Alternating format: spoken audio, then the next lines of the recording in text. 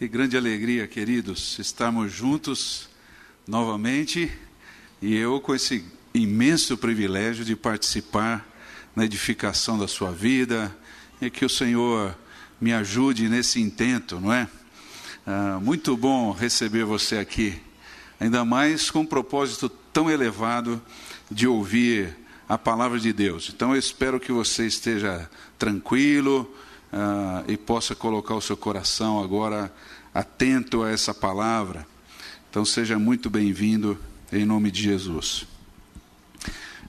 Nós vimos na série passada que Jesus lançou os fundamentos do caminho da felicidade. Você se lembra dessa série, não é? Quem se lembra, por favor?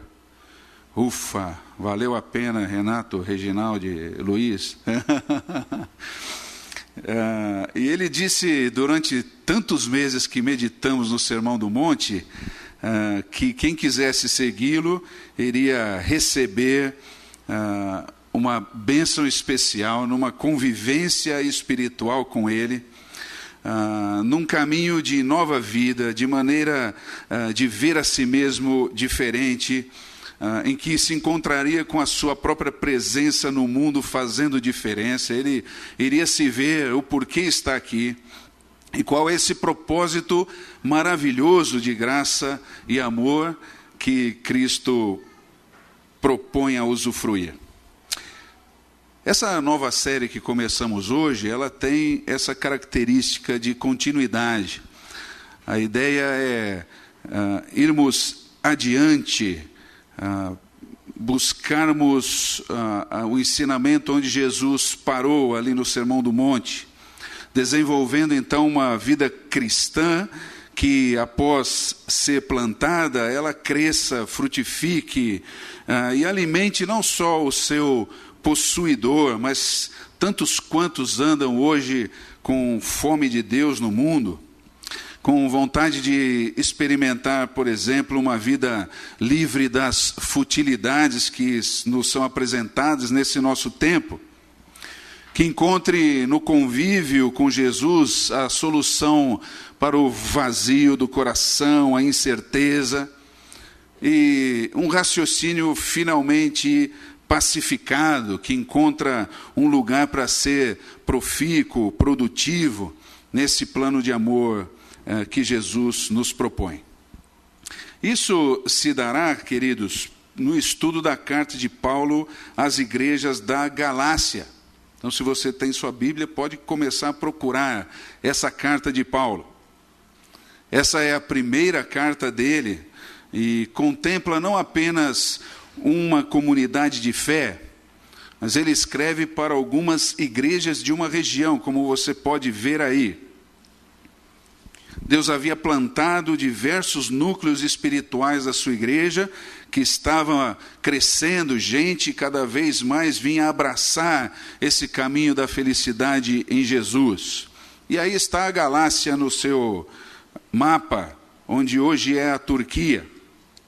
E a carta é composta por 6 capítulos que vão trazer um desenvolvimento que se propõe a mostrar que a vida plantada por Jesus no Sermão do Monte começa agora a frutificar na vida de muitas pessoas. Aquele start inicial alcança vidas e vai se proliferando, como a semente que vai caindo em terra boa, assim como o nosso irmão acabou de orar, crescendo, fazendo diferença. Hoje, particularmente, vamos trabalhar com esse tema dentro do capítulo 1, a vida cristã vitoriosa e o Evangelho. Então, diante dessa proposta, gostaria de lhes deixar uma frase para ser levada para casa. Se você puder anotar ou decorar rapidamente, balbuciar a frase ou compartilhar com a pessoa que está ao seu lado, vai ser excelente. A vida cristã vitoriosa é sustentada pelo verdadeiro Evangelho. E este fruto que você viu na tela vai delinear esse caminho, agora não mais da felicidade, mas de uma vida cristã vitoriosa. Então convido você a acompanhar comigo a leitura do capítulo 1 de Gálatas. Se você tem sua Bíblia, vai ser ótimo abri-la e acompanhar-me. Paulo, apóstolo enviado, não da parte de homens, nem por meio de pessoa alguma, mas por Jesus Cristo e por Deus Pai, que o ressuscitou dos mortos. E todos os irmãos que estão comigo às igrejas da Galácia, a vocês, graça e paz da parte de Deus nosso Pai e do Senhor Jesus Cristo, que se entregou a si mesmo por nossos pecados, a fim de nos resgatar desta presente era perversa, segundo a vontade de nosso Deus e Pai. A quem seja a glória para todo o sempre. Amém. Admiro-me de que vocês estejam abandonando tão rapidamente aquele que os chamou pela graça de Cristo para seguirem outro evangelho, que na verdade não é o outro evangelho, não é o evangelho. O que ocorre é que algumas pessoas os estão perturbando, querendo perverter o evangelho de Cristo. Mas ainda que nós, ou um anjo do céu, pregue um evangelho diferente daquele que lhes pregamos, que seja amaldiçoado. Como já dissemos, agora repito, se alguém lhes anuncia o evangelho diferente daquele que já receberam, que seja amaldiçoado. Acaso busco eu agora a aprovação dos homens ou a de Deus? Ou estou tentando agradar a homens? Se eu ainda estivesse procurando agradar a homens, não seria servo de Cristo. Que o Senhor abençoe sua palavra. O professor Jaime Perizin, que é um dos mestres do Seminário Batista do Litoral Paulista, nos contou outro dia de uma viagem que ele fez aos Estados Unidos. É claro que todo brasileiro que vai para lá vai comprar, não é? E ele fez isso. E no troco de uma das lojas, onde ele adquiriu lá não sei o quê, recebeu uma nota falsa de dólar. E aí na próxima loja ele tentou comprar alguma coisa e quis dar aquela nota, e a pessoa do caixa percebeu que era falsa, disse: olha, essa nota é falsa. E ele disse que ficou ali até resolver o problema, e soube alguns detalhes de como é que se preparam os especialistas nos Estados Unidos para identificar notas de dólar falsas. É gente que passa muito tempo reconhecendo, vendo, manuseando notas verdadeiras de dólar. Ele sabe de tudo acerca das notas verdadeiras. Como é a textura, a cor, onde está a marca d'água, como ela é feita, o seu tamanho, quem é que está na frente, atrás, todos os detalhes da nota verdadeira, ele fica sabendo. Aí o Jaime pergunta: puxa, mas por que isso, se ele vai identificar notas falsas? É justamente por isso. Quem conhece muito bem o que é uma nota verdadeira, consegue com facilidade identificar uma nota falsa. E penso que muitas pessoas hoje não estão conseguindo discernir entre o evangelho verdadeiro e o evangelho adulterado, falsificado, porque conhecem pouco o evangelho verdadeiro. E é justamente aqui que Paulo nos convida a uma nova caminhada, agora em busca de uma vida cristã vitoriosa que frutifique. Porque lá na Galácia, queridos, a realidade da existência de um falso evangelho concorrendo com o evangelho de Jesus levou Paulo a intervir, a escrever essa carta. E aí, no primeiro capítulo, você vai perceber que ele faz uma nova exposição das características do verdadeiro evangelho, a fim de confrontar a falsa mensagem que estava circulando naquela região entre as igrejas plantadas. Então, o que isso significa? Se você conhecer bem o verdadeiro evangelho, certamente você conseguirá identificar o falso evangelho. Então, gostaria de lhe dar um momento para conversar com as pessoas ao redor, a fim que eu tome um pouco de água. se ela tem tido habilidade em reconhecer falsos evangelhos no Brasil hoje. Só no Brasil, não vou pensar no mundo. Então, um minutinho, por favor. Comente aí à vontade.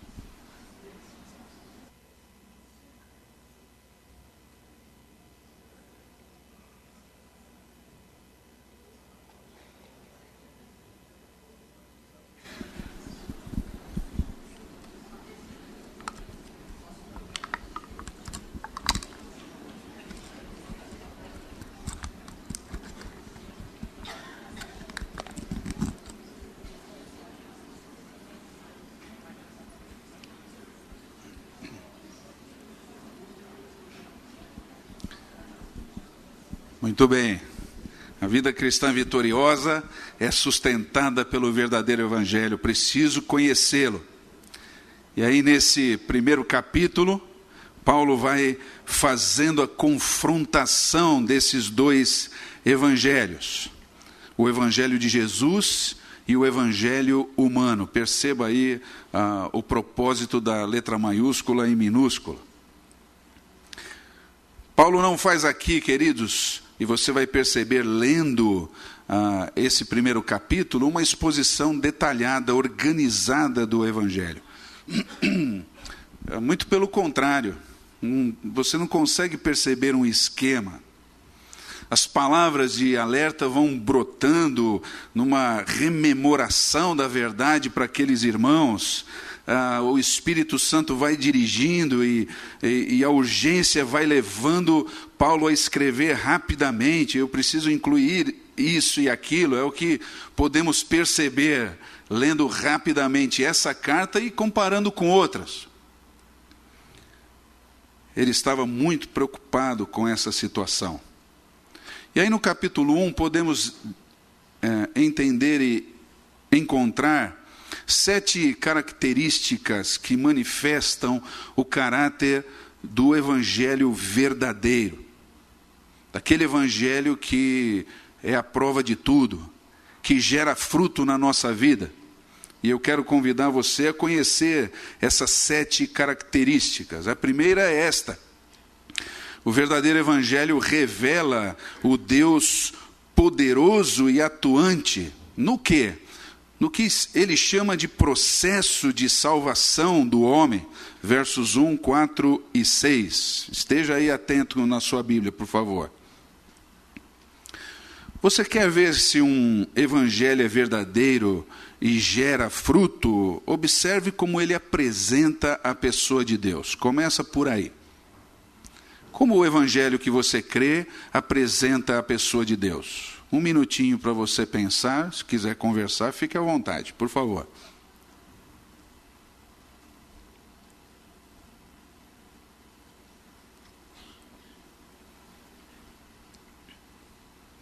Você já está com intimidade com teologia sistemática, acho que a sua mente já está correndo pelos capítulos, né? Deus Pai, ou melhor, Deus Todo-Poderoso, Absoluto, e assim por diante.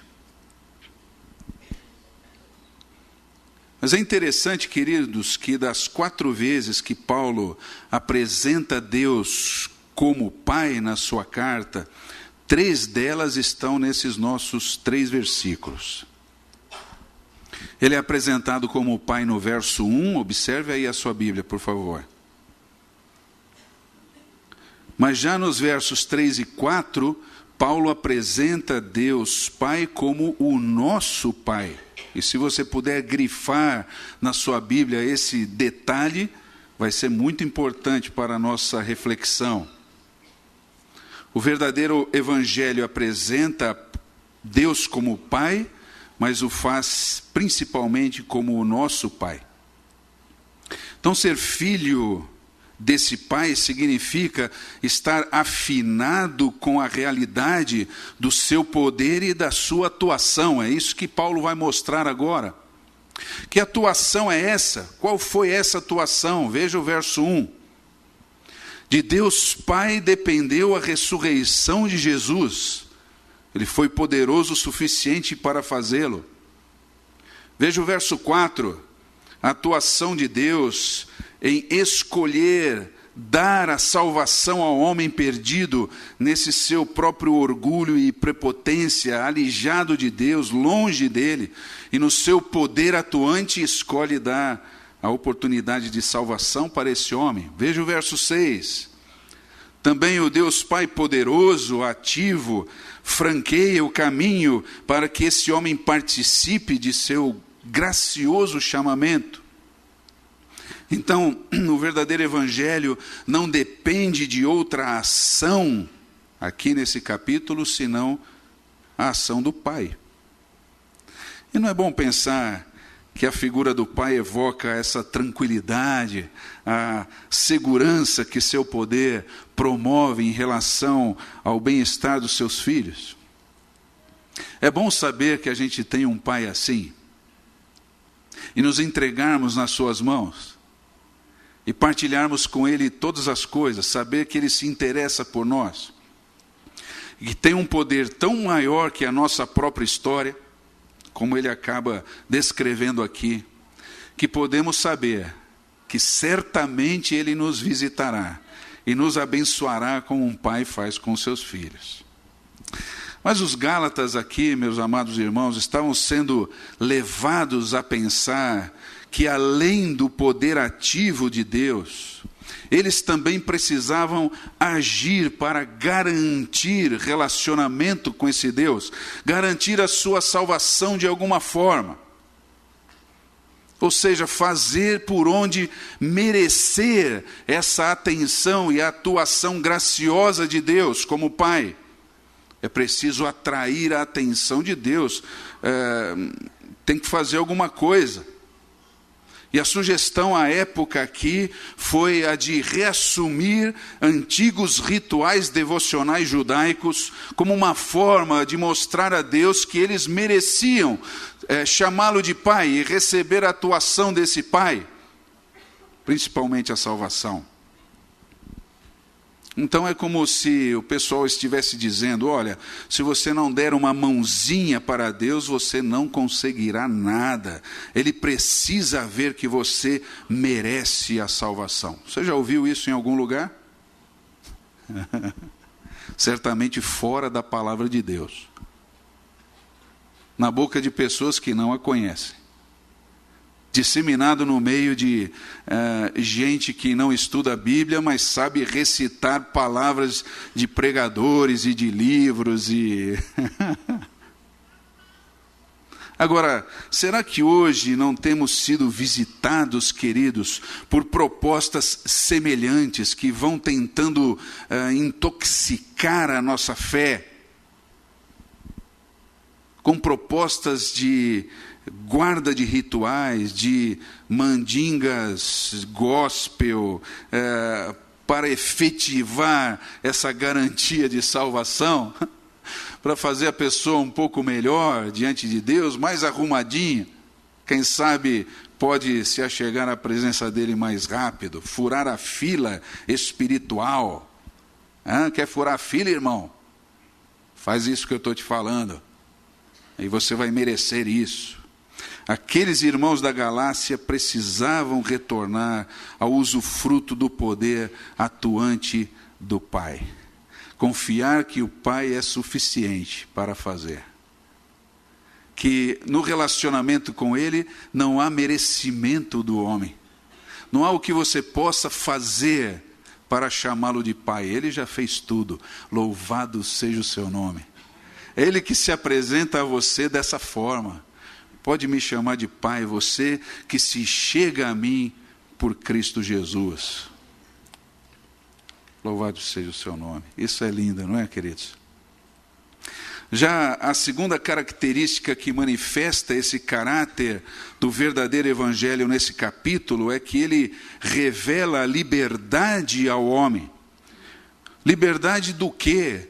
O texto original significa ou mostra que é de dentro para fora do que Paulo chamou de presente era má, no verso 4. Observe aí, por favor. Você quer ver se um evangelho é verdadeiro e gera fruto? Observe, querido, como ele apresenta a relação desse homem com as sugestões de valores da sociedade. E é interessante que nesse verso 4, Paulo se utiliza da figura do poder de extração que o verdadeiro evangelho tem.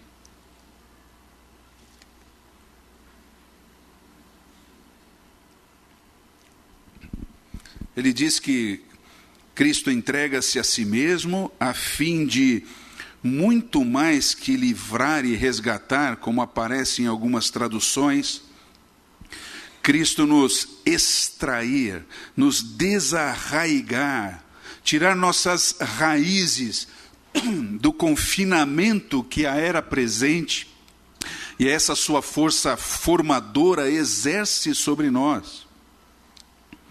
E Paulo começa a exemplificar essa era em diversos outros escritos. Aqui não deu tempo para ele fazer isso. Mas nas demais cartas ele sempre incluiu essa ideia da presente era má que tenta manter esse homem cativo, cada um de nós cativo à sua influência. Eu queria dar alguns exemplos que Paulo mesmo deu pelas suas cartas afora. Então me acompanhe, por favor. Você vai ver que essa presente era, aqui em Romanos 12:2, é mantenedora de esquemas deformadores do caráter cristão. Isso tanto é verdade que Paulo escreve literalmente isso: não vos deixeis conformar por essa era, porque o poder que ela exerce tentando cativar você a um molde específico é muito grande. Não se deixe conformar. 1 Coríntios 2,6, ele diz que essa era promove um tipo de sabedoria, queridos, que é esvaecida. Uma sabedoria debilitada, alquebrada, sobre o que significa o valor da vida e o caminho do bem viver. Esse mundo não sabe qual é o valor da vida e não sabe indicar o caminho da felicidade verdadeira para ninguém. É o que encontramos em 1 Coríntios 2,6. Falamos de sabedoria entre experientes, mas não a sabedoria desta era, a qual desvanece, não se sustenta, não vai além do túmulo, não promove mudança.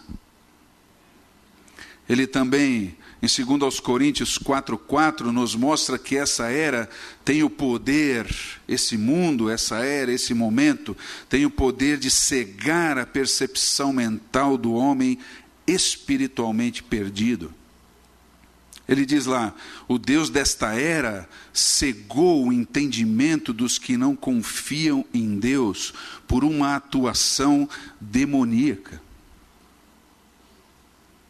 Aí pela primeira vez entendemos que essa era é um instrumento de dominação da força maligna, que está em ação nesse mundo, mantendo as raízes das pessoas atadas a valores que não dão fruto verdadeiro.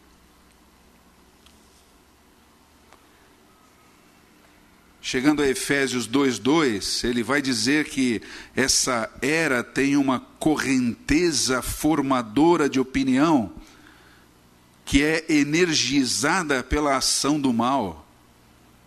Veja o que ele diz: nos quais vocês costumavam viver quando seguiam a presente ordem, o presente curso, a presente correnteza desta era.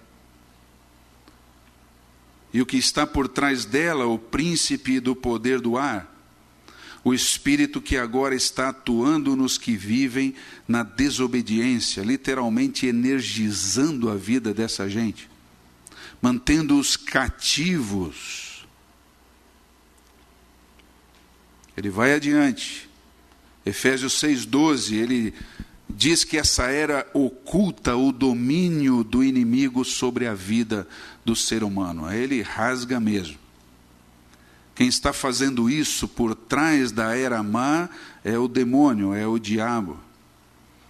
E ele diz então que a nossa luta não é contra pessoas, mas contra poderes do mal, contra os dominadores desta era, que ele adjetiva como das trevas, contra as forças espirituais do mal. Então você percebe o poder que essa era tem e exerce sobre a vida das pessoas hoje.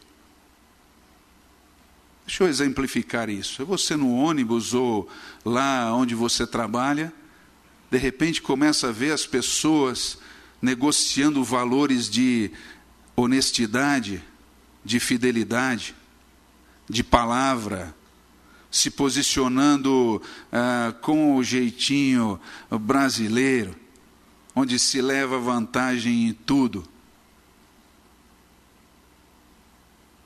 Ali é uma manifestação clara do poder dessa era, poder formador, que é insuflado pelo inimigo. Finalmente, o último exemplo que gostaria de dar dessa era é que ela tem a capacidade de inspirar o orgulho das pessoas que têm riquezas. Bom, é a cara do nosso mundo, ou não é? Olha só que Paulo escreve, 1 Timóteo 6,17, exorta aos ricos da era presente que não sejam orgulhosos, nem depositem a sua esperança na instabilidade da riqueza. Por isso, relembrar aos irmãos da Galácia dessa liberdade, queridos, era essencial para que eles não promovessem o replantio da própria fé nesse terreno inóspito da era presente. Vocês já estão livres disso, não precisam voltar atrás. Já a terceira característica que manifesta o caráter do verdadeiro evangelho nesse capítulo é este aí, olha. Ele revela a graça de Cristo em ação no verso 6. Se você quer ver a pureza do evangelho, e se esse evangelho que você está seguindo ou ouvindo gera fruto, observe como ele apresenta a graça de Cristo. E é interessante que você vai perceber que em Gálatas a graça é muito mais do que um favor imerecido que Cristo oferece a nós. Mas Paulo diz que essa graça é o agente da salvação. Tanto é que no verso 6, observe na sua Bíblia, ele diz que foi chamado na graça, dentro da graça. Essa graça que é o agente da salvação. Não existe força humana para fazê-lo. Verso 15, observe aí. Deus me chamou pela graça, literalmente através da graça, no sentido, queridos, de que nada que seja relativo à salvação do homem e ao chamamento que o Deus Pai faz ao Filho desgarrado, deixa de atravessar o portal da graça de Cristo. Ou seja, ao homem é completamente impossível salvar-se a si mesmo por suas obras. E qualquer evangelho que promova essa ideia é um falso evangelho. Qualquer pregador ou estudante de qualquer linha teológica que diga a você que existe um caminho que pode levar você a Deus através das coisas que você faz, que é muito comum no nosso país, as boas obras, está redondamente enganado. Esse homem só tem um caminho, ele precisa se entregar a Deus e usufruir do agente da salvação, que é a graça de Jesus, para viver a vida com Deus. E para mantê-la como uma vida cristã vitoriosa ainda mais. Ele sozinho não conseguirá fazer sua vida cristã frutificar. Você entende isso, querido? Mas tem gente tentando. Então, qualquer pessoa que se entregue a processos de santificação que dependam das suas idas ao monte, dos seus jejuns, do poder da sua oração, da sua assistência a cultos e programas especiais, não entendeu o significado da graça suficiente. Está tentando atrair Deus com seus atos de bondade. Quem sabe se eu ficar 40 dias em jejum, Deus olhe para mim de uma maneira especial, diferente desse pecador que está ao meu lado, que não consegue ficar nem sem um café da manhã na semana. Consegue ver um pecador aí perto de você, querido? Pode olhar para mim, não tem problema. Não tem como. Nenhum de nós consegue uma vida cristã vitoriosa por esforço pessoal, dependendo do braço humano. Existe uma parte que precisamos fazer, mas mesmo isso, queridos, não tem o poder que a graça de Cristo tem como agente transformador da nossa vida. Muito bem. A quarta característica que manifesta o caráter do verdadeiro evangelho aqui nesse capítulo 1 de Gálatas está no verso 7. Acompanhe, por favor. Ele revela a sua origem em Cristo. E você quer ver se um evangelho é verdadeiro e gera fruto? Observe como ele apresenta a sua origem, sua fonte essencial.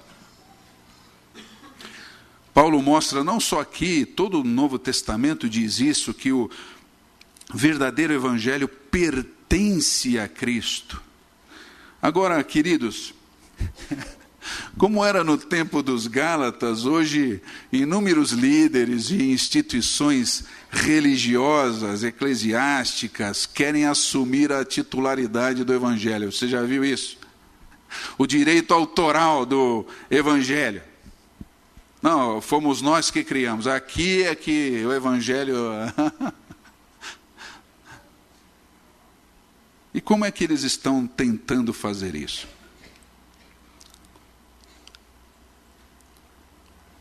Cada vez que com as suas interpretações e oráculos apostólicos apresentam atalhos, opções, propostas, modificações, acertos ao evangelho, como alguém que vai adulterando o motor do seu fusquinha. Sabe como é isso, né? Para fazer, dá até prendedor de cabelo vale. Funciona lá.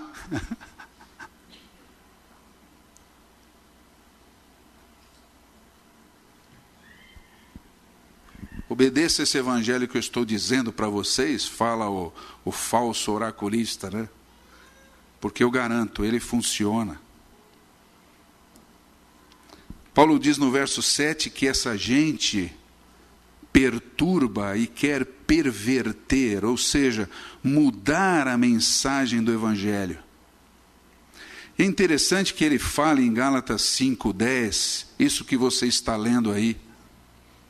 Aquele que os perturba, seja quem for, sofrerá condenação, porque qualquer que apresentar a vocês um evangelho que vá além da graça de Cristo, que não apresente o Pai poderoso que efetiva toda a obra da salvação, que o chama como filho, que seja amaldiçoado. Amém? Aí ficou difícil falar amém, hein? Talvez você está revendo aí do que é constituído o seu próprio evangelho e descobrindo que ele talvez tenha mais um perfil de falsidade do que de autenticidade. A quinta característica que manifesta o caráter do verdadeiro evangelho nesse capítulo 1 de Gálatas é este: ele revela Jesus em mim, dentro de mim. Os versos 12 e 16. Você quer ver se um evangelho é verdadeiro e gera fruto? Observe onde Jesus se revela na fala desse evangelho.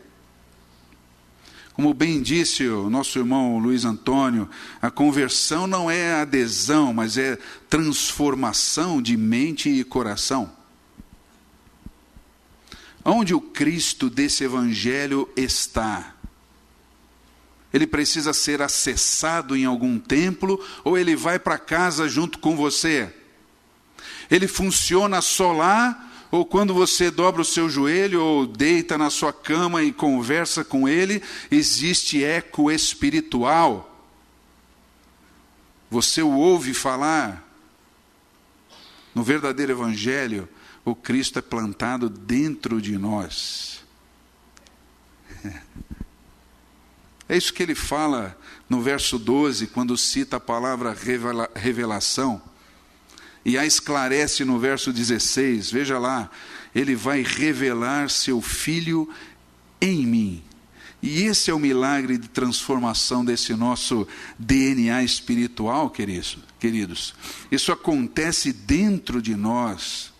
Não porque você se filiou a uma denominação, uma agremiação eclesiástica, mas porque você abraçou um relacionamento pessoal com Deus. E ao fazê-lo, poderá chamar Deus de Pai e sofrerá a atuação maravilhosa da graça de Cristo e vai tê-lo plantado em seu próprio coração. Bênção isso ou não? O que me leva a pensar que, tendo tudo ao meu redor, já não preciso mais buscar alguém mais poderoso que eu para que ore por mim. Deixa eu conversar lá com algum dos pastores da igreja, que minha oração está muito fraca. Volto a dizer, querido, não existe uma oração forte. Só existe Deus forte. E quem manuseia o verdadeiro evangelho sabe que quanto mais fraco ele se sentir, mais espaço ele promove para que Deus, pelo Espírito Santo, faça o seu milagre. Cada vez mais sustentado, suprido, visitado. É a hora que o homem sai do trono, porque não sabe mais o que fazer, e clama: Senhor, tem misericórdia de mim, pecador. E aí brota aquilo que Cristo diz, é um jorro de vida eterna. Uma coisa linda que vem de dentro para fora.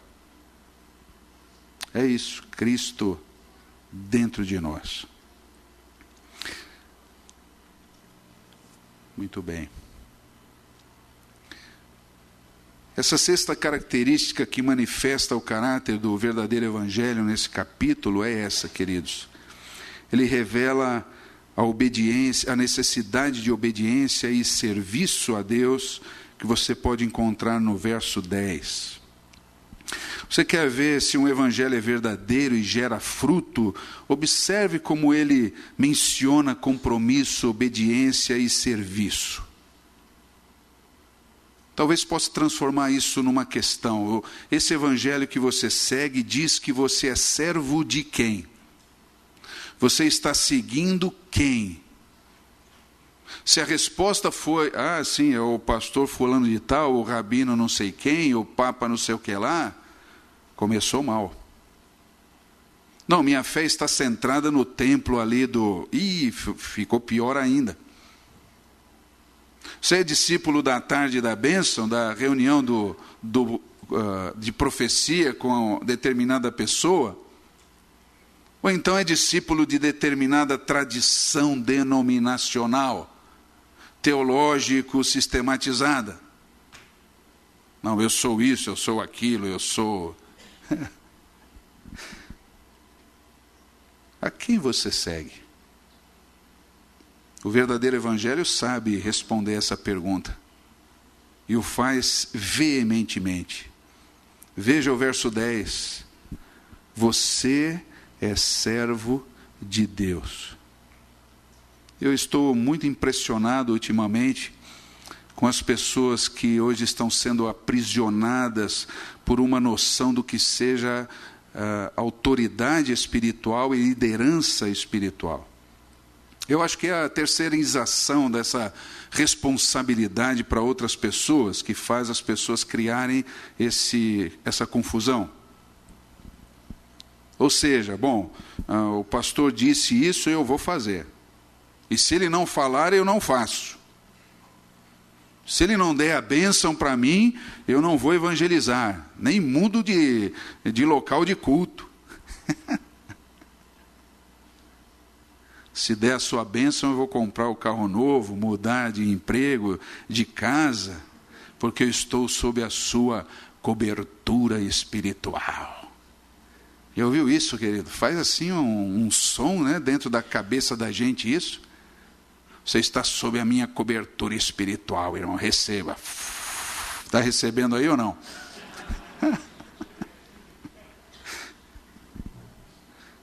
É que o verdadeiro evangelho, querido, lança você a uma esfera muito mais poderosa de dependência do Espírito Santo e da responsabilidade que isso gera. Conheço algumas instituições eclesiásticas que, para um jovem começar a namorar, ele precisa pedir a permissão de uma pleiade de pessoas. Sabe, eu estou me interessando lá pela filha do irmão fulano, vamos orar. Quanto tempo? Uns 6 meses. Misericórdia. Depois de 6 meses o líder diz, não, Deus mostrou que você não deve namorar com ela. É mesmo, mas já rolou alguma coisa, então vai fazer mais jejum aqui e dá um dízimo maior aí, meu irmão.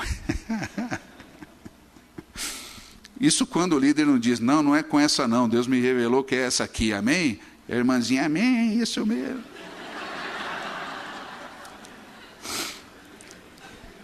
Agora eu busco a aprovação dos homens ou a de Deus? O que é que o seu evangelho está levando você a procurar?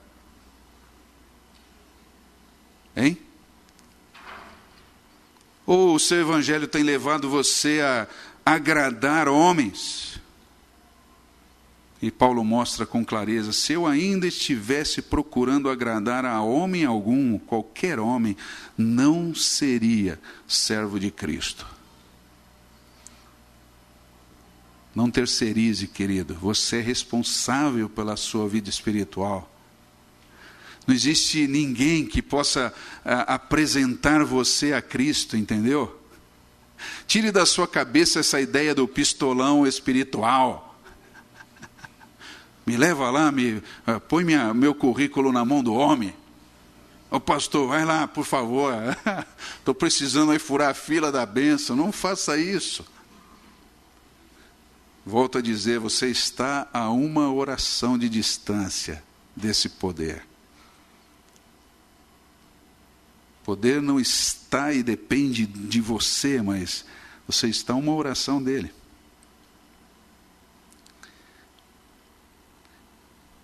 E o último aspecto que manifesta o caráter do verdadeiro evangelho nesse capítulo 1 é este, queridos. A sua revelação como ação evangelizadora. Veja os versos 11, 16 e 23. Você quer ver se um evangelho é verdadeiro e gera fruto? Observe como ele apresenta a ação missionária, evangelizadora. Veja o verso 16. Paulo anuncia Jesus. Esse é o caminho natural de quem já se encontrou com ele. O verdadeiro evangelho me leva para fora. Olha o verso 23. Agora ele está anunciando a fé que outrora perseguia, porque ele não sabe dizer outra coisa, porque isso está brotando, enchendo o seu coração. Não é simplesmente, sabe, eu não era ninguém, agora com Jesus eu sou uma pessoa rica, abastada. Não é isso. É como aqueles discípulos no Evangelho, olha, venha ver, porque eu encontrei alguém que é o Messias. Não acredito, vem, eu vou te mostrar. Não me sinto especial por isso, mas contemplado como uma graça que eu quero partilhar com você. Então, naturalmente, o verdadeiro Evangelho tira de nós o poder da nossa própria necessidade. E nos leva a entender que existem pessoas necessitadas demais disso que Deus já nos deu. Pessoas que vão passar a eternidade longe dele, precisam ouvir. Embora entenda que é o poder de Deus que faz isso, eu me disponho a ser canal desse poder. Senhor, lá na minha empresa só tem gente perdida. Não que eu me sinta tão achado assim, mas eu quero, ao sentar lá na frente daquele computador, lidando com números, com que seja, eu possa ser um instrumento do Senhor na vida daquelas pessoas. Que o Espírito Santo me abra um espaço entre a conversa do Corinthians e a mulher que ele pegou no final de semana, para que eu possa falar do seu amor. Que de repente o Senhor me leve a ver alguém que veio de um final de semana péssimo, de muita tristeza, e eu esteja no lugar certo, na hora certa, para fazer uma oração, para mostrar que existe um caminho de felicidade, já proposto por Cristo, que não se precisa fazer nada, porque Ele já preparou a mesa, é só sentar e deixar-se levar pelo seu poder. Louvado seja o seu nome.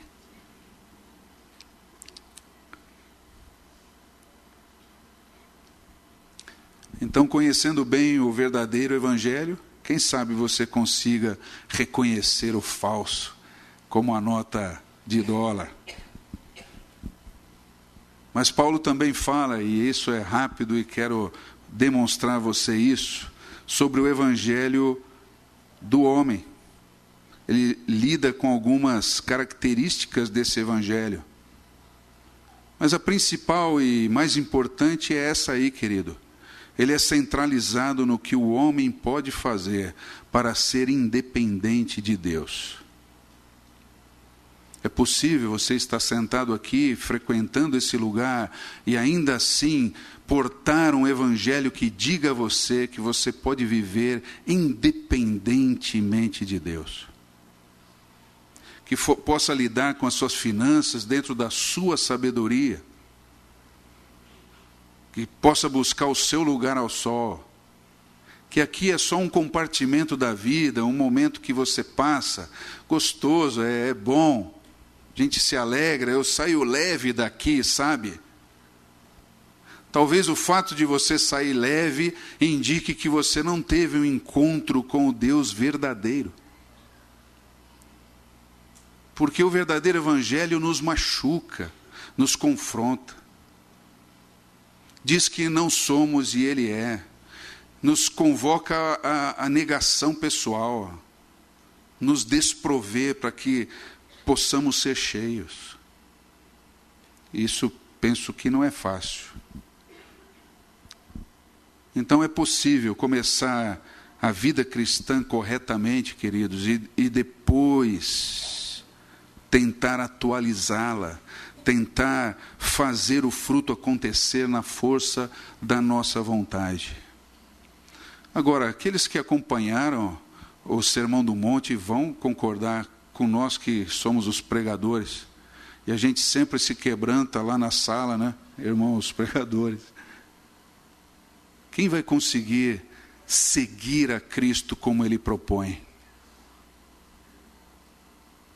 Quem vai conseguir efetivar isso na sua própria vida? E o Evangelho então nos responde com poder: nenhum de vocês vai conseguir, a não ser que vocês deem espaço. E essa graça vai operar dentro de vocês, arrancar vocês dessa era, e fazer com que as suas raízes agora sejam aéreas, apontem para o céu. Mudar a sua mente, o seu jeito de ver. Senão, queridos, qualquer conquista que a gente faça vai ser um troféu pessoal, em que eu diante do espelho vou me alegrar, vou me orgulhar por ter feito algo para Deus. Em contrapartida, o coração quebrantado e contrito, que se lança ao verdadeiro evangelho, consegue ser sustentado por Ele e frutificar para a glória de Deus. Então hoje aqui na borda nós estamos plantando uma árvore. Jesus indicou o caminho e agora Paulo diz que esse evangelho é como uma árvore que se planta e vai criando raízes. Uma árvore que vai crescer durante esses meses de meditação que vamos fazer no livro de Gálatas. Nossa esperança e oração é que ela cresça e que ela frutifique o fruto de vida cristã vitoriosa. Não para que ninguém possa aparecer no holofote, mas que Cristo seja visto nesse lugar, seja visto onde eu moro, seja visto na minha família, seja visto por mim. Vamos plantar juntos? Quem gostaria de me ajudar aqui a plantar nossa árvore, por favor? Eu não tenho muita habilidade nisso. Quem gostaria? Pode vir.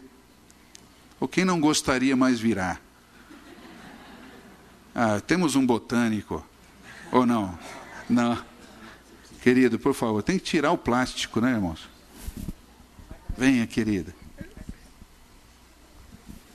Mais uma auxiliar.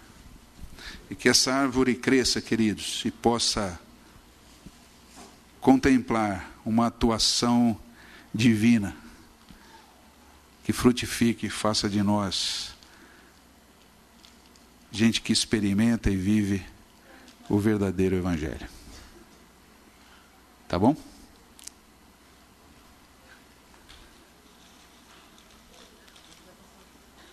Deu certo.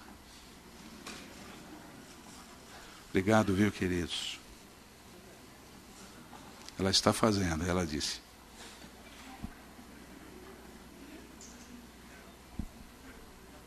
Tá bom. Está muito bom, muito obrigado. Senhor, o nosso desejo e oração é que essa palavra tenha sido entendida na minha limitação pessoal, mas ao mesmo tempo confiamos que o Seu Espírito tem falado conosco aqui nesse lugar, tratado conosco de uma maneira tão graciosa, e nós não merecemos isso, mas nos dispomos a usufruir dessa graça, Senhor.